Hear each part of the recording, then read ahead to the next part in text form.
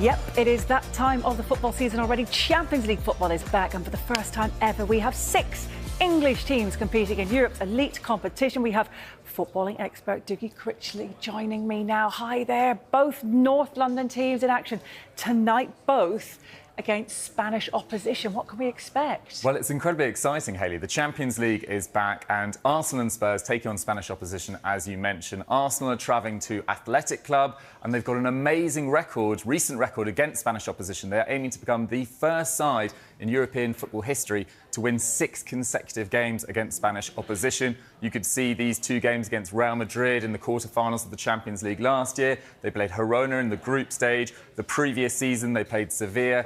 And they'll go in with a lot of confidence after a great result against Nottingham Forest at the weekend. As for Spurs, they play Villarreal, a side that won the Europa League in 2021. They then reached the Champions League semi-finals in 2022. And it's a huge occasion for Thomas Frank. He's managed 425 games in charge of Brøndby, Brentford and now Spurs. But this is his first ever game in the Champions League. But they can go in with a lot of confidence after winning that London derby against West Ham this weekend. How confident do you think Arsenal will be of maybe winning it? Because they've gone from quarterfinals 2 years ago, semi-finalists last season.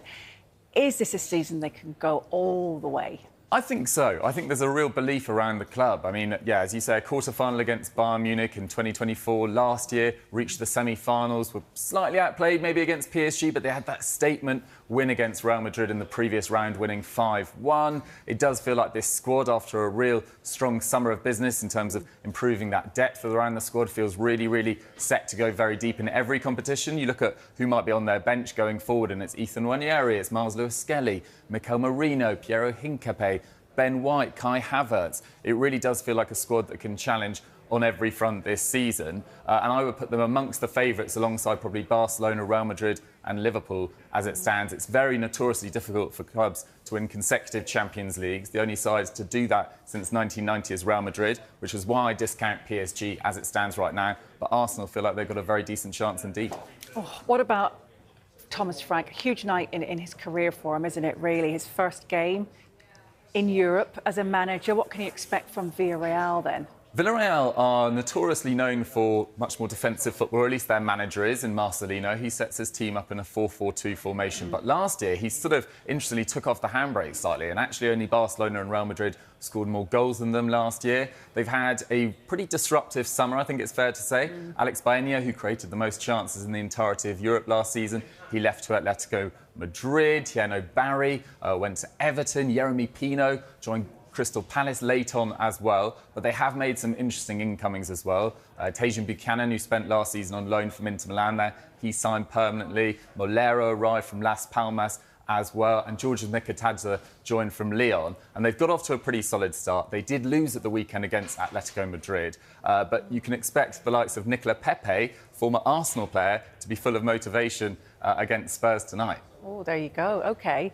What else should people be looking out for this evening then? Well, there's some great ties. I think the one to really keep an eye on outside of the English clubs is probably Real Madrid against Marseille. Real Madrid aiming to win a 16th Champions League this season. Last season was just the second time in the last 10 years that they haven't won one of the 3 major trophies available to them. There's also Qarabag going to Benfica. That's an interesting tie. So much speculation around Ruben Amorim and potentially being a target for Benfica. PSV made the knockouts last year before losing heavily to Arsenal. And then Juventus versus Borussia Dortmund looks absolutely fascinating. Juventus won a massive game against Inter Milan at the weekend, 4-3. They were 3-2 down late on.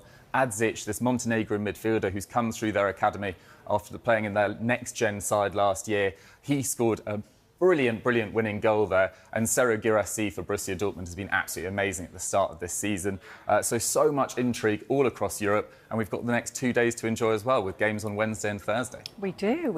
And we know it's still very early on in the football season, you know, around Europe. Do you think there could be dark horses this year in the Champions League? Do you think we will get those surprises? Yeah, I've kind of picked out 2 teams that I think could be worth keeping an eye on. Galatasaray, they play Atletico Madrid and Liverpool in the group stages. They've got a really interesting front line of Victor Osimhen, who scored nearly 40 goals last year, Mauro Icardi, formerly of Inter Milan and PSG, Leroy Sané signed from Bayern Munich, this summer, Ilkay Gundogan. It really does feel like close to as what we've seen in Turkey as a super team in recent seasons as well. Borussia Dortmund reached the final in 2023. Last year, they reached the quarter-finals, lost to eventual semi-finalist Barcelona, but they did beat them at home. And they then went into the Club World Cup in the summer and reached the quarter-finals too. So it does feel like Niko Kovac has created a very effective cup team there. And Joe Bellingham, Jude's brother, has got off to a very strong start there as well. So that's definitely a player to keep an eye on as the tournament progresses. Yeah, so we know about him, but what about others making a breakthrough year, do you think, in terms of players? Anyone you've got your eye on? Yeah, these three, I think, are the players to watch. Georgios Mikitadze, I briefly mentioned him earlier. He's joined Villarreal now from Lyon late on in the window, but this is a really exciting player that lit up Euro 2024.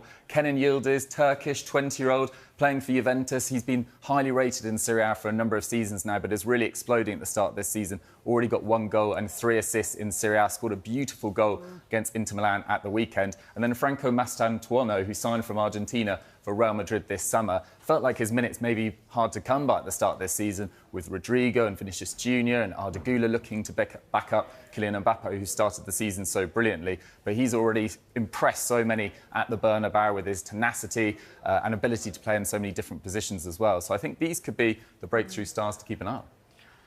Oh, that was a lot of information. Amazing. Thank you very much. So Pleasure. much looking forward to this. Yeah, great. Thank you, Dougie. It will.